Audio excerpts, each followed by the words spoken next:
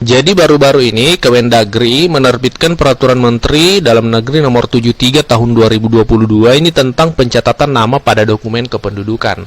Ini Bapak Ibu perlu dipahami ketika Bapak Ibu orang tua siswa memberi nama pada anaknya harus sesuai dengan kaidah-kaidah yang sudah ditetapkan oleh Kementerian Bapak Ibu.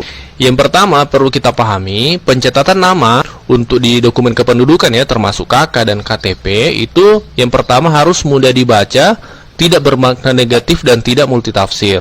Dan yang kedua, huruf paling banyak 60 huruf Bapak Ibu. Tidak boleh lebih dari 60 huruf, termasuk spasinya Bapak Ibu ya. Dan juga jumlah kata paling sedikit 2 kata.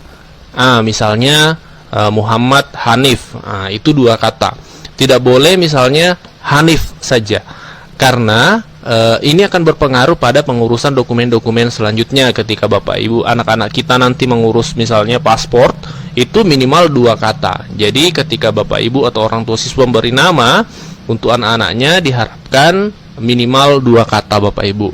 Nah, pertanyaannya adalah pasti Bapak Ibu, bagaimana dengan yang sudah terlanjur 1 kata? Nanti akan kita bahas di peraturan ini juga dijelaskan secara detail. Silahkan disimak sampai tuntas Bapak Ibu ya.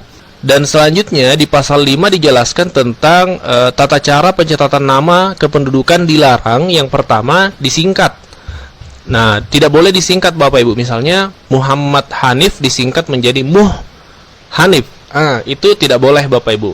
Dalam peraturan baru ini tidak boleh lagi disingkat. Jadi harus ditulis lengkap Muhammad Hanif seperti itu. Kemudian tidak menggunakan angka dan tanda baca. Jadi berarti selama ini dari Kemendagri memantau ada nama yang menggunakan angka ya dan tanda baca, itu tidak boleh. Kemudian yang selanjutnya dilarang juga mencantumkan gelar pendidikan dan keagamaan Bapak Ibu pada akta pencatatan sipil. Jadi ketika nantinya mengurus untuk dokumen kependudukan dilarang untuk mencantumkan gelar pendidikan SPD, SSOS, SE.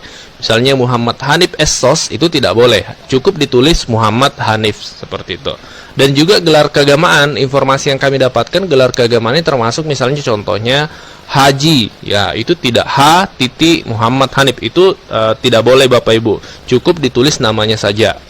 Tidak boleh mencantumkan gelar, baik itu gelar pendidikan maupun gelar keagamaan. Ini berdasarkan aturan dari Permendagri Nomor 3 Tahun 2022. Ini aturan baru Bapak Ibu ya. Di pasal 8 dijelaskan Bapak Ibu, ini perlu kita pahami sama-sama. Pada saat peraturan ini sudah mulai berlaku, pencatatan nama pada dokumen kependudukan yang dilaksanakan sebelumnya dinyatakan tetap berlaku. Artinya Bapak Ibu yang terlanjur misalnya menyingkat Muhammad jadi Muh ya, kemudian di KTP-nya ada gelar, itu tetap berlaku Bapak Ibu, karena aturan ini tidak berlaku surut. Artinya peraturan ini berlaku sejak tanggal ditetapkan, yaitu di tanggal 21 April 2022. Nah, peraturan ini sebenarnya diperuntukkan untuk anak-anak kita ke depan ya, cucu-cucu kita. Ketika kita memberi nama kepada anak-anak kita, itu harus mengikuti aturan-aturan tadi Bapak Ibu. Di antaranya mudah dibaca ya, jumlah huruf tidak boleh lebih dari 60 huruf ya.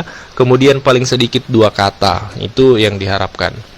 Kemudian juga yang dilarang tadi adalah tidak boleh disingkat ya, tidak boleh disingkat namanya. Kemudian misalnya Abdullah menjadi ABD ya, seperti itu. Kemudian tidak boleh menggunakan angka dan tanda baca, dan tidak boleh mencantumkan gelar pendidikan dan keagamaan. Ini info hari ini, silakan di-share kepada orang tua, kemudian rekan-rekan guru yang lain, supaya informasi ini diketahui dan bermanfaat untuk semua. Terima kasih dan Assalamualaikum warahmatullahi wabarakatuh.